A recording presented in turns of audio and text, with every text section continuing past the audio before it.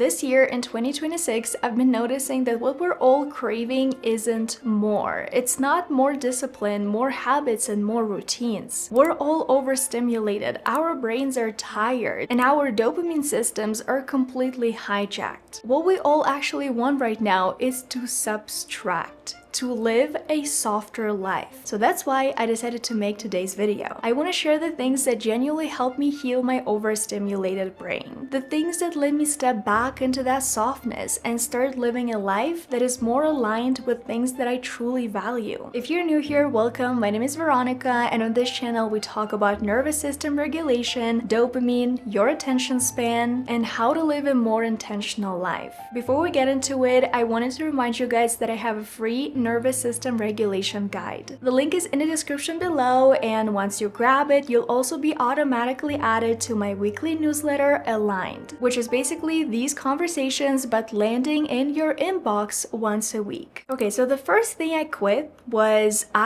watching everything at 2x speed. And when I say everything, I mean messages I receive from my family, like audio messages, things on YouTube, and things on social media if I ever decide to watch something on Instagram or TikTok. I know that the main reason why we want to do that is because we want to save time. Let's say you have an hour, so instead of watching one video that's 1 hour long, you can watch 2. And that can make you feel really productive, right? Because you're using the mindset that more is better. You're trying to cram more things in the same amount of time. But is it actually truly better? Like, are you actually understanding every single video and remembering all the key insights if you're always watching everything at 2x speed? Most likely the answer is going to be no. At some point, I just realized that I was basically training my brain to find normal pace life intolerable. Because I remember when this 2x feature was just introduced, it felt really weird to me. Like, I would use that feature and I would be like, oh my god, everyone is talking so quickly, I can't understand anything. Like, why did they even create this feature? I'm never ever gonna use it. And look at me now. Like, we've all trained our brains to see that as normal. It's just something that we all do. So when everything is sped up, obviously your dopamine system recalibrates. Real life starts to feel boring in comparison because you've trained yourself to expect that interesting only happens at 2x speed. We don't read anymore, we skim. We don't really listen to anything anymore. We just, put 2x speed and then we think we're listening, but we're not remembering everything. It's way too fast. And so yes, slowing down is going to feel boring and weird and uncomfortable at first because it's also a skill. Just like you trained yourself to speed everything up, it's going to take some time for you to get used to slowing everything down again. Because it's connected to absolutely everything in life. Things take time. Learning a skill takes time. You can't press 2x and learn a skill twice as fast. This is not how real life works. There's a podcast episode with Cal Newport. He wrote this famous book, Deep Work. And in this podcast episode, he mentions that our brain needs time to do things with minimal cognitive lift. Things like observing nature or going for a walk without your headphones. Things where your brain can actually process information at its own pace. Now, normally I would have heard that and I would have thought, oh, that's interesting. And then I would have completely forgotten which episode it was in by next week. But I've been using this thing called recall, which is basically your own personal knowledge base. You copy the link to any podcast or YouTube video you're watching, you paste it in, and it transcribes the whole thing and lets you chat with it using AI. So when I wanted to find that exact quote about the minimal cognitive lift, I just asked Recall, where do they talk about minimal cognitive lift? And it showed me the exact timestamp. And the part that I really like is that it can generate you a quiz based on whatever you just watched. So you can check if you really absorbed it instead of just watching something and then forgetting everything later. I also made a quiz based on this current video for you guys. So if you want to test yourself, you can use the link below and do the quiz. Huge thank you to Recall for sponsoring today's video. The second thing I quit to heal my overstimulated brain is to treat every single weekend like a chance to reset. The pattern I followed in the past was this. I would hit Friday completely depleted. And then Saturday and Sunday would be go mode, do like a bunch of housework, and basically prepare for Monday and for the week ahead. And the thing is, that type of schedule made me completely depleted by Monday. I thought I was preparing and getting ready, but by Monday, I just felt like, I wasn't really ready to start my work week. And at some point, I just asked myself this question: what is actually happening Monday through Friday that is requiring a total nervous system reset on Saturday and Sunday? Sometimes the answer was my schedule, my job, the people I talked to. I started adding more soft things. Let's say on Thursday after a work call, I would go for a walk instead of being at my house, on my phone, scrolling social media. Usually when we always crave this weekend reset, it's a symptom of something that's going on deeper. And so the actual move is making your weekdays less brutal in the first place. Because one thing I remember was happening to me was that on Saturday and Sunday, my back would hurt so much after, sitting in front of my computer Monday through Friday. And then I would only exercise on Saturday and Sunday. And at some point I was like, Veronika, why are you doing this to yourself? Why not stretch at least a little bit every single day? And so because of that, I stopped treating my weekend as a chance to reset my back and, finally feel prepared to start Monday and sit on my computer all day, all over again. I added softness into every single day to regulate myself more. All right, thing number 3 I quit was I quit saving things for later. Thing is, we all love saving different tabs and Instagram posts and TikToks with some hacks and recipes and things like that. But most of us never ever open those videos again. Every time we save something, we're kind of making a promise to our future self that we can't keep. Like if I open my watch later playlist on YouTube, there are gonna be so many videos there. And a lot of videos from there, I'm sure I'm never going to watch, even though I saved them to watch for later. I think for me right now, the fact that I haven't gotten to certain things is the answer about whether I actually want to. And that's okay. And realizing that you actually don't need more inputs. What you probably need more of is more time to digest and process things that you already have and things that you already use. For example, I really like yoga, you guys know that, and there are so many videos everywhere that I always save about yoga, courses that I want to buy, different products, studios I want to go to. But at some point, I just had to be honest with myself and I had to ask myself this question, like, Veronika, are you actually going to do this? Like, you like the studio, but are you actually going to go to their class instead of just stalking their Instagram page? Pick something and actually do it. That is something that's going to feel so much more regulating for your nervous system instead of just saving a bunch of things and never ever opening them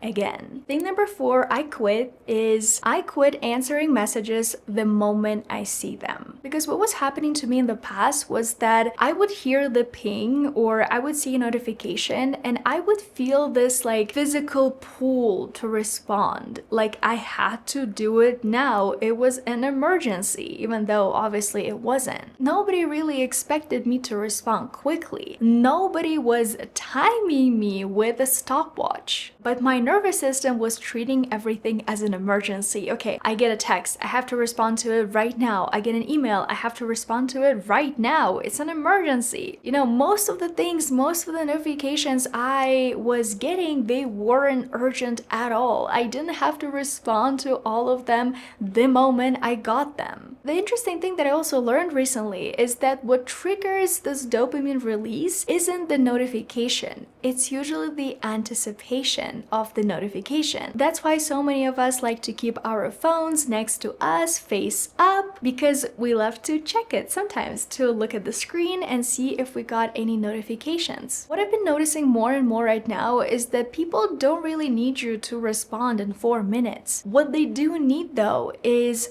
for you to be fully present. Thing number 5 that I quit to heal my overstimulated brain was I quit the second screen. Now what's happening to a lot of us is that we can't watch a full movie without getting distracted. Watching shows just feels uncomfortable because we're so used to watching TikToks, short videos. And so that's why when we do decide to watch a movie, we still have our phones in our hands. We're online shopping, we're on social media while trying to watch a movie. But multitasking doesn't work. It's been proven so many times already. So you're not really doing 2 things at the same time. You're doing 0 things twice. Your brain is constantly task switching, and that makes you feel so freaking tired. Have presence is a very huge problem nowadays because the second we feel bored doing a certain activity, we pick up our phones. You're watching a movie,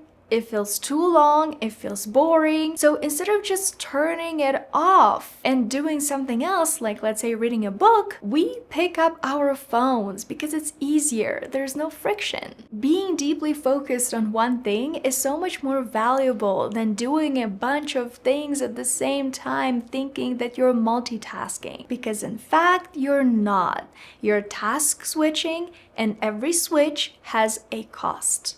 Your dysregulated nervous system. The next thing I quit is I quit letting my phone be in the bathroom with me. I feel like 10 years ago, going to the bathroom was an actual tiny break. 2 minutes, 5 minutes where nobody could reach you. But now you take your phone when you're in the bathroom, when you take a shower. So there's absolutely no room in your house where your brain has this moment of quiet. But those default moments where your brain gets to daydream, when you're feeling bored, they're actually so important for us. And we barely have them anymore. So that's why right now I'm actively subtracting my phone from more and more activities that I do during the day. And yes, at first it is going to feel hard because there are going to be so many thoughts, so many ideas, and your brain is gonna start actively processing everything. It is going to feel weird, like you're gonna still have that itch to immediately grab your phone and soothe yourself and regulate yourself this way. But don't do it.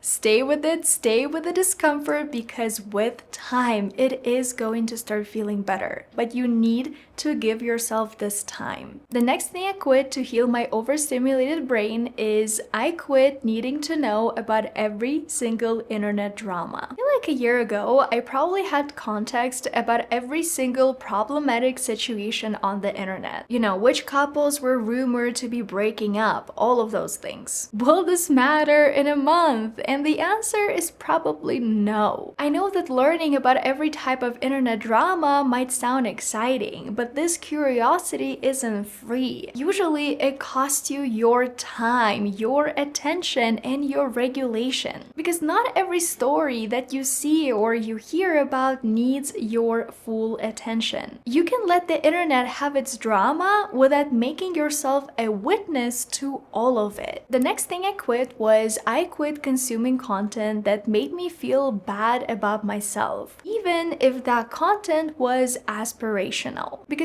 we follow a lot of people online because they motivate us. But sometimes consuming all of that content can move your attention away from the things that truly matter, like your life and your goals and your relationships. For myself, I don't really notice it that much. If it's like a video or 2, it's usually the volume. When I open Instagram and all I see is perfect lives, perfect bodies, perfect routines, the volume is something that makes me feel really anxious. I start feeling like each one of those videos just adds into my I'm not enough deposit. Like, I need to try harder, I need to do more things, I'm lazy, I'm undisciplined, look at all of those people. And when I hear that voice, it usually means that I need to get off my phone. Obviously, all of those people who create aspirational content, their goal is never to make you feel bad. But you are the only person who can curate what you consume. Okay, so the next thing I quit is actually a pretty big one for me. I quit managing other people's emotions. You know when someone invites you to do something and you know that you don't want to do it, and instead of saying no, you say yes because you don't want them to feel bad. You think, okay, if I say no, they're gonna feel really sad and really upset, and I don't want them to feel sad, I don't want them to feel upset, so I'm going to say yes. You're saying yes to manage their feelings. You're trying to protect them from a small disappointment by completely sacrificing your own boundaries. And the thing is, it's not your job to manage other people's emotions. It's their job. Just like it is your job to manage your own emotions. Now, what I try to remind myself all the time is that when I say no to someone, there is a very high chance that they're going to be sad, they're going to be upset and disappointed. And that's okay. And this final part, like realizing that that's okay, is usually the hardest. Because you have to trust that this person is capable of handling that. They're capable of managing their own emotions. They're an adult. They can feel disappointed and they can regulate themselves.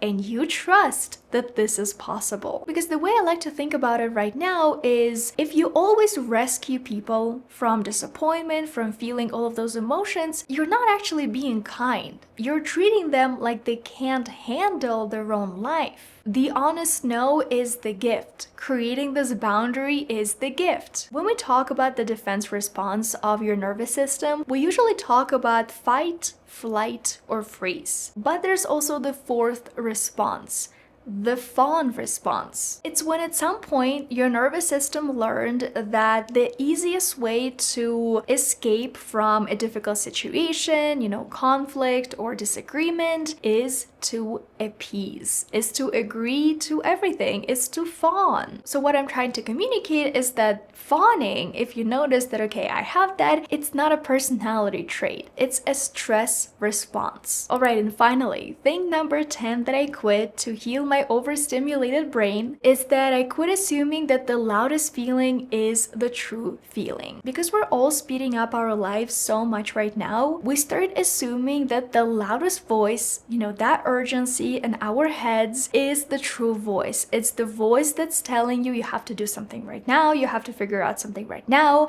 There's absolutely no time to wait. Everything has to be done super quickly. You start expecting perfection from yourself and from other people because the voice in your head says everything needs to be perfect. And usually those voices in your head are not the truth. They are the loud system designed to grab your attention, but they don't always know what's best for you. And usually for me, all of those loud feelings make it really hard to listen to my intuition. When I notice that, okay, I'm really in my head, it usually means that I haven't exercised recently, that I really need to go and do something regulating with my body. I need to look at my sleep schedule, really calm down my amygdala. And so the bigger point of regulating our nervous system and, all of those things that I mentioned in today's video is to actually start hearing that quiet voice more and more often, turning down the volume of everything else. We're trying to do those things less and less so that we can actually hear our intuition. That's why I always like to say that healing an overstimulated brain usually comes down to subtracting, not adding more things, so that you can finally hear that quiet voice, so that you can finally hear yourself. Alright guys, I think it's going to be it for today's video. If you liked it, please don't forget to give it a thumbs up and subscribe to my YouTube channel. If you want to watch something next, I highly recommend this video right here, so you can click here. Otherwise, I'll see you in my next video. Bye!